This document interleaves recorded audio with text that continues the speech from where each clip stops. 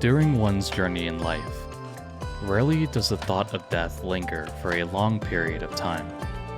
Most of us will spend our days to the fullest, creating memories with those close to us, and doing all we can in order to leave a mark on this world. To die with no regrets, and to be able to spend our final moments with the people we cherish. For Red Hood, things were no different than that. The thought of death for a reckless fighter like her was nothing more than an afterthought. And for some time, things seemed to be going well amidst the members of Goddess. Red Ash starts out like any other NIKKE event would, a feeling of blissful arrogance. It is here that we are introduced to the original Goddess squad, not fragmented, not after a major catastrophe, but the original members that live on through legend even in modern day. Prior to this event, we were left to speculate the mannerisms and overall characteristics of both Red Hood and Lillywise. We never had a chance to meet them in the Overzone event, and their existence is all but a fading memory amidst the remaining members of Goddess. This was a time when humanity still had a chance to fight back, before we retreated underground, and long before the surface was fully overrun by the Raptures. At this point in the story, it is approximately 4 years following the Rapture invasion, and humanity had set aside their differences in order to combat the alien force eradicating them. The joint forces, dubbed the United Forces of Humanity, were the last line of defense against the Raptures, and the only hope humanity had to reclaim what was once theirs. Unsurprisingly, this story revealed a lot about the members of Goddess, their abilities, and most importantly, how they interacted with one another. Humanity had poured everything into creating Goddess, all their resources, manpower, the brightest minds they had left. Everyone came together to help make Goddess a reality, and to finally gain an edge over their mechanical adversaries. Through countless failed attempts and many lost lives, the members of Goddess were finally created.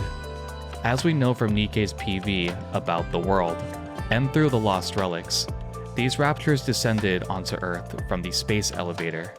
From Red Ash, we now know that they strategically also prevented any form of combat as well, destroying the landing platforms atop the space elevator.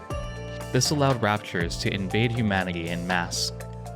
Goddess wasn't the only ace in the hole humanity had either.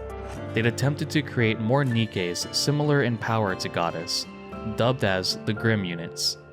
The task Goddess was set forth to do was to meet with the researchers from Elysian, those who were developing Grim NIKKE.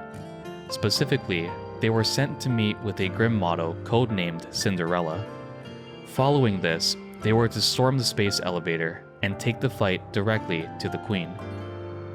There was a heavy Rapture presence at the space elevator, and Goddess intended to force their way through. What's interesting is the name Cinderella. For some time now, it's been widely known that the Goddess members are all fairy tale units. However, with the introduction of another fairy tale model, we can pinpoint a specific person whom the writers are pulling inspiration from. Going based on the Brothers of Grimm's fairy tales, the other two models could have been Sleeping Beauty and Gretel. So far, most of the members of Goddess are fairy tales of the Brothers of Grimm. These include Snow White, Red Hood, and Rapunzel.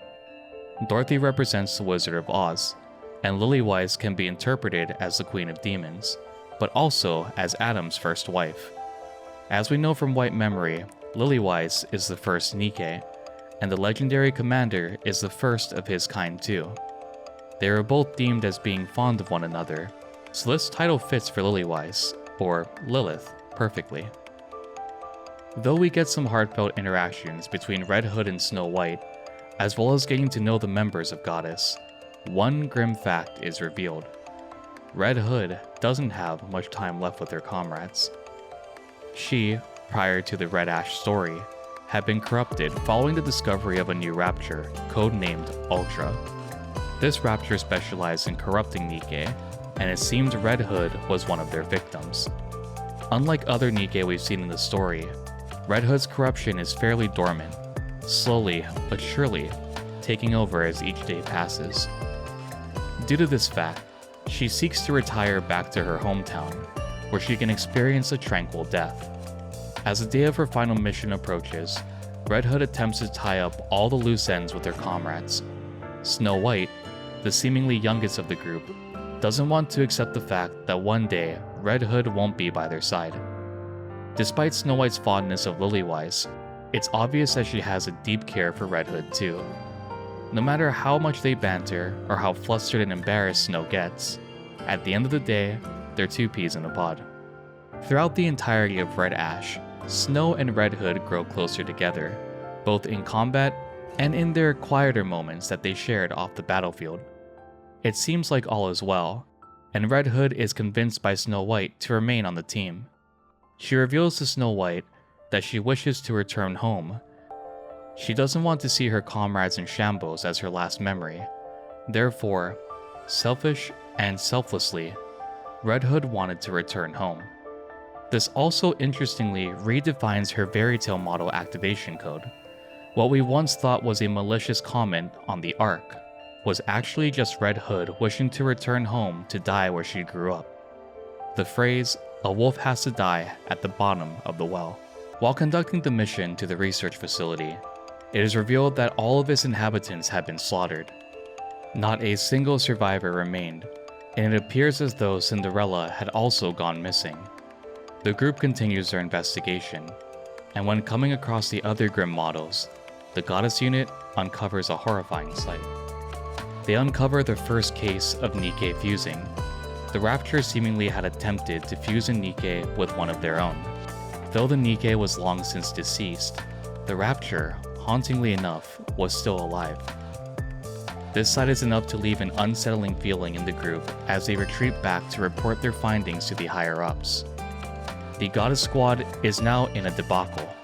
Do they set forth on their objective to storm the elevator, or do they gather their resources and attempt to find Cinderella? Where would they start? And what would be their plan to even locate this missing Grimm NIKKE? Following a night of deliberation between Lillywise and the legendary commander, it is decided that they'll continue on their mission and attempt to storm the elevator without the backup of Cinderella. A nice little tidbit here is the fact that Snow White is the one to conduct maintenance on most of the members of Goddess. She's able to repair and upgrade everyone's gear, all except for Lillywise. Prior to becoming a NIKKE, Lillywise was the youngest ace pilot of her time, and is shown to have seasoned experience in military combat. She's also deemed as the first NIKKE, and the one whom all future models would be modeled after. Even the Grimm models attempted to reach the talent and power of Lillywise. However, they fell short, only being far inferior copies of the original. Snow White can't make heads or tails of Lillywise's weaponry, and up until this point, we hadn't seen her even wield a weapon to begin with. Once the group descended to their checkpoint, we got to see firsthand the sheer strength that Lillywise possessed in combat.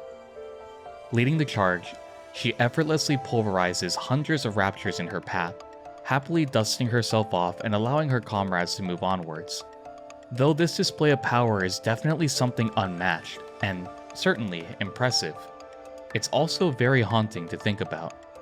We theorize that Lillywise is the current Rapture Queen, and with strength like this, and tech foreign to even a weapons development specialist like Snow White, what chance would we possibly have against her? Another interesting thing to note is the fact that Lillywise is the strongest NIKKE, and the fact that she's shrouded in mystery. Who made her? Who developed her weaponry? What is this strange symbol, and who is Octopus? These are questions I hope are answered in part 2 or in future events to come. Breaking through hordes of raptures, the group finally reaches their target, but before they can ascend to face the Queen, they are met with yet another grim revelation. Cinderella had resurfaced, and it seemed as though she is the first heretic to enter the fray. Realizing the threat, Lillywise swiftly gets her allies as far away from Cinderella as she can, carrying all of them and moving at supersonic speed. What's eerie about this is, despite Lillywise's strength, she chose to flee at the mere sight of Cinderella, a NIKKE deemed as an inferior copy of herself. The mission ends in failure, and it is revealed that this was the closest humanity ever came to winning this war. With the space elevator overrun, the legendary commander informs the group that humanity will retreat underground. This was the mission that would have turned the tide on the war on the surface. Had Cinderella not been corrupted, our story wouldn't exist in modern day. The Rapture War would have ended with one final brawl between Goddess and the Queen. What's disturbing about this is the fact that, despite Raptures being deemed as simple-minded, they went forward to intercept the Grim units. They knew to fuse with them to corrupt them in order to take humanity's ace in the hole for themselves. This was the most devastating loss for humanity, and there was nothing left to be done to turn the tides. Red Hood, having survived this mission, goes back on her word to Snow White and her allies. She says she'll be leaving, and blatantly says that she lied to Snow White when she said she'd remain with Goddess. Snow White, seeing her dear friend abandoning them, begs for Red Hood to stay. And instead of recounting the event, I'll simply let it play out in full. Red Hood, don't go! Stay here with me, please! I'll pull the trigger when I have to. I promise! I won't cry. I won't even flinch. Just please, don't go!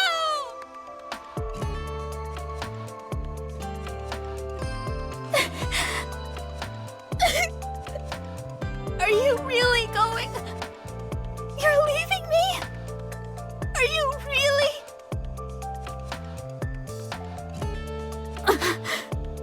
Fine! Go then! Go and die alone! I won't shed a single tear for you! Dirty liar! I hate you!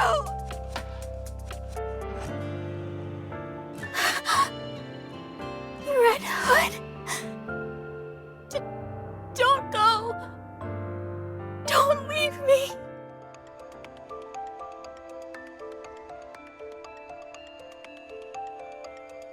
With the cries and pleas of Snow White behind her, Red Hood continues forward, leaving behind her commander and her allies, those who she called her close friends. For Snow White, her desperate cries fall on deaf ears, as she watches Red Hood drift further and further away. And that's everything summarized from the first Red Ash event. This event is full of information, and this will be one of many videos archiving and analyzing information that were given during this update. What did you think of Red Ash? And what is your favorite part of the anniversary so far? Be sure to let me know in the comment section down below. Thank you all for joining me, and I will see you all in the next video. Jane.